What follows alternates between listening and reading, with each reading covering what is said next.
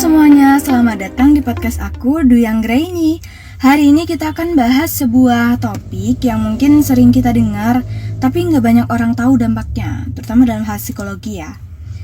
Yap, kita bakal bahas soal dampak stroke pada kondisi psikologis seseorang. Pasti banyak dari kalian yang tahu kalau stroke itu punya dampak fisik yang besar, kayak kesulitan gerak atau ngomong gitu ya. Tapi yang sering gak kelihatan adalah efek psikologisnya, yang sebenarnya gak kalah penting. Jadi bukan cuma tentang fisiknya, tapi juga gimana stroke bisa mengubah cara berpikir dan perasaan seseorang. Kenapa sih fenomena ini menarik? Nah, kadang kan kita mikir ya, kalau stroke itu ya cuma gangguan fisik aja gitu. Oh ya, FYI nih ya, aku kerja sebagai asisten fisioterapis. Jadi, masih banyak orang yang gak sadar atau bahkan gak tahu kalau perubahan psikologis akibat stroke itu gak kalah besar, teman-teman. Padahal, efek psikologis ini bisa bikin proses pemulihan jadi lebih berat. Bayangin deh, seseorang yang dulunya aktif banget gitu ya, bisa ini, bisa itu, tiba-tiba kesulitan untuk ngomong, atau ingat sesuatu, atau bahkan jadi cemas atau depresi. Nah, di podcast ini kita bakalan bahas tentang gimana stroke mempengaruhi proses kognitif mereka. Di sini aku fokus ke memori dan pemrosesan informasi ya, dan juga gimana stroke itu mempengaruhi emosi individu yang mengalaminya. Yuk, langsung aja kita mulai. Sebelum kita lebih jauh nih ya, yuk kita kenalan dulu sama apa itu stroke. Jadi, stroke itu terjadi saat aliran darah ke otak terhambat. Bisa karena pembuluh darahnya pecah atau tersumbat. Ketika itu terjadi, otak itu nggak bisa kerja dengan baik, dan otomatis berbagai fungsi tubuh jadi terganggu, mulai dari berbicara, bergerak, bahkan sampai berpikir. Tapi selain gangguan fisik, stroke juga punya dampak psikologis yang nggak kalah serius ya. Kalau setelah stroke, seseorang tiba-tiba kesulitan fokus, mengingat hal-hal penting, atau merasa gampang bingung, itu adalah bagian dari dampak psikologisnya. Selain itu, banyak pasien stroke di klinik aku yang aku temuin ya, mengalami perubahan emosi kayak cemas, frustasi, atau bahkan depresi, karena mereka merasa hidupnya berubah total. Semua itu karena bagian-bagian otak yang berfungsi mengatur kognisi dan emosi mengalami kerusakan. Jadi, stroke itu bukan cuma soal lumpuh atau nggak bisa gerak, tapi juga soal gimana seseorang beradaptasi dengan keadaan baru mereka. Nah, biar lebih paham, kita bisa lihat fenomena ini dari sisi teori psikologi, teman-teman. Pertama, ada teori kognitif, yang salah satunya itu tentang gimana otak memproses informasi. Jadi otak kita itu kayak komputer yang nerima, mengolah, dan mengeluarkan informasi. Nah, kalau ada bagian otak yang rusak karena stroke, misalnya di bagian yang mengatur memori atau perhatian nih, pasien itu bisa jadi kesulitan untuk fokus, mengingat sesuatu, membuat keputusan, atau bahkan butuh waktu lebih lama untuk berpikir dan merespon. Contohnya nih ya, kalau di klinik aku kita kan kayak coba komunikasi gitu ya sama pasien. Nah, kalau misalkan kita tanya ke pasien stroke itu mereka bisa butuh waktu lebih lama untuk jawab. Atau malah jawabannya nggak sesuai sama pertanyaan gitu. Jadi kalau misalnya kita tanya, ada bagian tubuh yang sakit, Pak atau Bu, itu mereka bisa lama jawabnya teman-teman. Kayak masih berpikir gitu ya. Atau mereka malah jawab kayak gak nyambung, kayak enggak, saya pengen tidur gitu.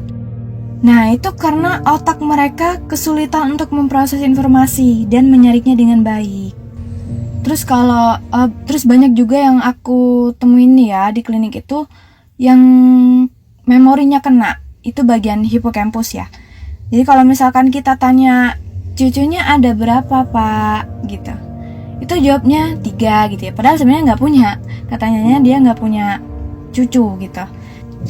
Atau bisa lupa nih sama namanya anak-anaknya sendiri gitu.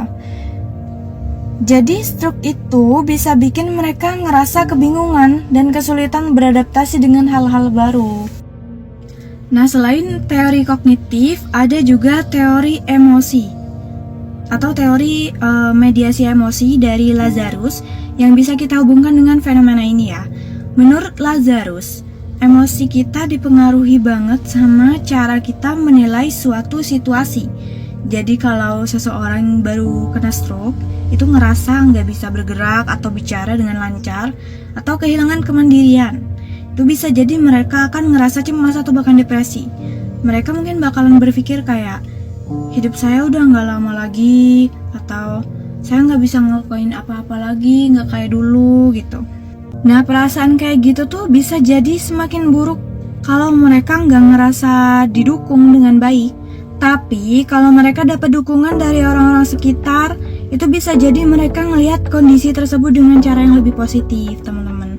Misalnya, walaupun mereka nggak bisa bicara dengan lancar gitu ya, tapi dengan terapi yang tepat dan dukungan dari keluarga, mereka bisa ngerasa lebih percaya diri dan lebih baik secara emosional.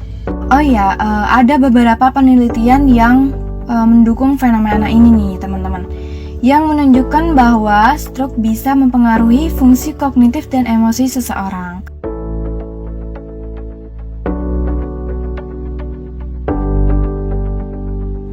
Jadi, seperti yang udah kita bahas, stroke itu nggak cuma ngubah kondisi fisik tubuh, tapi juga bisa ngubah cara berpikir dan merasa seseorang.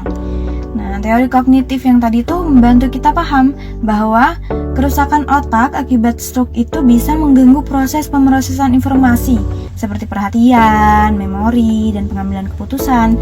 Akibatnya, pasien jadi kesulitan beradaptasi dengan situasi baru.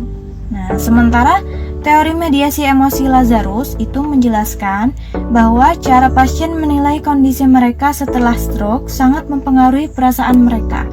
Penilaian yang negatif bisa bikin mereka jadi cemas atau depresi.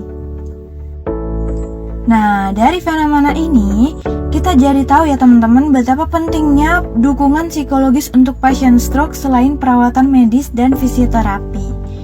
Jadi, membantu mereka mengenali dan mengelola emosi mereka, serta mendukung mereka mengatasi kecemasan atau depresi itu bisa mempercepat pemulihan mereka. Jadi, selain perawatan fisik, perhatian terhadap kondisi psikologis mereka itu juga nggak kalah penting. Dan yang terakhir nih teman-teman, aku ingin ingatkan ya, bahwa meskipun stroke itu bisa mengubah hidup seseorang, dengan dukungan yang tepat, mereka itu bisa menjalani pemulihan dengan lebih baik. Jadi yuk kita lebih peduli dan memberikan dukungan, baik itu dari keluarga, teman, maupun tenaga medis. Kalau misal ada salah satu anggota keluarga kita yang baru kena stroke. Nah, sekian dulu ya podcast kali ini teman-teman. Semoga bisa memberikan sedikit gambaran dan pemahaman tentang dampak stroke pada kondisi psikologis seseorang. Terima kasih untuk yang sudah mendengarkan. Semoga podcast ini bermanfaat untuk kalian ya. See you next time.